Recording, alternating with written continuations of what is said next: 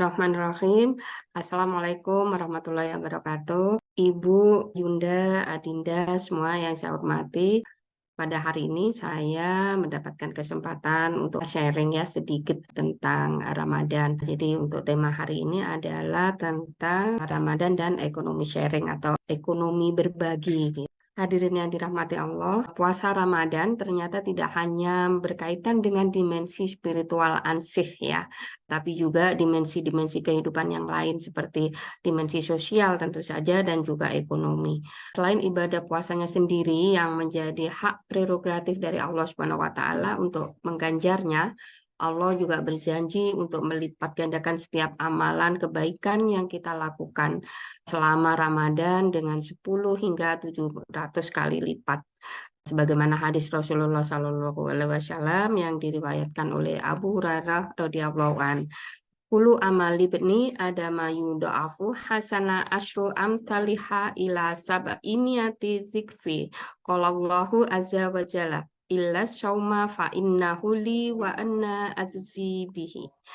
Setiap amalan kebaikan yang dilakukan oleh manusia akan dilipat gandakan dengan 10 kebaikan yang sama hingga 700 kali lipat. Allah berfirman yang artinya kecuali amalan puasa. Amalan puasa tersebut adalah untukku. Aku sendiri yang akan membalasnya. Nah, janji inilah yang mendorong umat Muslim selama bulan Ramadan untuk berlomba-lomba mengeluarkan sedekah. Tidak hanya berupa uang, tapi juga berupa barang, makanan, dan sebagainya. Kita lihat setiap hari ibu-ibu terutama berlomba menyediakan takjil di masjid-masjid, bahkan sekarang juga ramai membagikan takjil gratis di jalan-jalan juga. Mereka berharap balasan yang berkali-kali lipat. Bila sepertiga saja Muslim di dunia ini melakukan hal yang sama, betapa dahsyatnya perguliran ekonomi seperti ini. Ini hanya dari sisi sedekah ya, sedekah makanan. Nah, multiplier efeknya bisa menembus ratusan miliar, ratusan triliun bahkan. Nah, dari sinilah ada pergeseran dimensi, saudara-saudara sekalian, dari dimensi sosial, spiritual yang didasari dengan keimanan, jadi melakukan perintah Allah Subhanahu wa taala, kemudian bergeser menjadi dimensi sosial, bagaimana kesadaran kita untuk berbagi dengan sesama dan menjadi sebuah pergerakan ekonomi yang masif atau ekonomi sharing, ekonomi berbagi tadi. Nah, hadirin yang dirahmati Allah, selain puasa Ramadan, umat Muslim juga diwajibkan mengeluarkan zakat bagi yang mampu. Ada zakat fitrah, ada zakat mal. Zakat mal itu juga ada berbagai macam ya, ada zakat pertanian, perdagangan, dan sebagainya. Nah, mengutip berbagai sumber, data jumlah umat muslim sedunia akhir tahun 2022 ini mencapai 1,91 miliar. Jika 30% saja umat muslim di dunia ini terkategori mampu, berarti ada 573 juta jiwa. Nah, dari zakat fitrah saja potensi uang yang bergulir sebesar 14 triliun 325 miliar.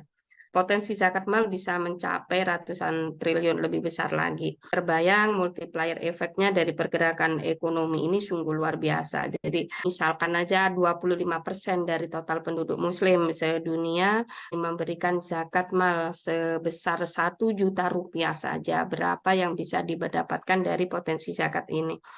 Nah, apalagi jika potensi-potensi ini kemudian kita berdayakan gitu ya untuk peningkatan produktivitas umat muslim. Jadi digerakkan secara real di sektor real. Betapa besarnya dampak yang bisa kita dapatkan, yang bisa kita gulirkan secara ekonomi. Nah, hadirin rahimatullah, ada beberapa poin penting yang ingin saya sampaikan.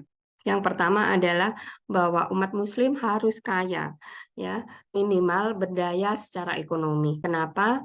Jadi bukan karena rakus, niatnya bukan karena rakus, bukan karena kita ingin memiliki segala seisi dunia, bukan, tetapi kebermanfaatan. Sebagaimana sabda Nabi Muhammad SAW, khairun nas min alfa'um linnas. Sebaik-baik manusia adalah yang memberikan manfaat paling banyak. Ketika kita mampu secara ekonomi, kita akan mampu memberdayakan sesama muslim. Jadi, kita yang mampu secara ekonomi, mungkin kita pegawai gitu ya, mendapatkan gaji secara bulanan, tetapi ketika kemudian kita selesai menabung itu kan untuk berjaga-jaga ya, motifnya untuk saving. Tapi ketika ini tujuan ini sudah terpenuhi, kita bisa mengalihkan untuk usaha yang lebih produktif. Kita bisa memberdayakan saudara muslim satu dua orang. Nah, ini akan bergulir terus, pergerakan ekonominya akan lebih besar. Ketika setiap dari muslim berusaha untuk ini, berusaha untuk menggerakkan sektor real, menggerakkan ekonomi produktif, betapa ini akan menggerakkan seluruh umat Islam di dunia gitu. Nah, yang kedua adalah sedekah setiap hari, mungkin nasi bungkus atau uang Rp1.000 juga akan menggerakkan ketika kita membeli nasi bungkus misalnya di UMKM. Nah, berapa banyak UMKM yang bisa dihidupkan dari budaya umat Islam dalam memberikan takjil misalkan. Selain memberikan makanan untuk orang yang berpuasa, kita juga bisa memberdayakan orang lain. Kemudian zakat fitrah, zakat mal, zakat pertanian, perdagangan, dan lain-lain.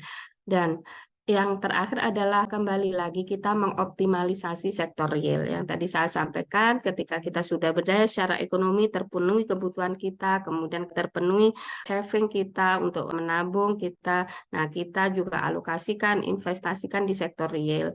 Kita bisa menggerakkan tenaga kerja satu dua orang. Nah, ini akan menimbulkan multiplier efek secara ekonomi secara luar biasa. Nah, dengan beberapa upaya ini, insya Allah ibadah kita akan lebih bernilai baik dari sisi spiritual maupun dari sisi sosial. Mungkin itu yang bisa saya sampaikan. Bila ada kebenaran itu datangnya dari Allah Subhanahu wa taala, dan bila ada kesalahan semata-mata dari saya pribadi mohon dimaafkan. Billahi taufik wal hidayah. Wassalamualaikum warahmatullahi wabarakatuh.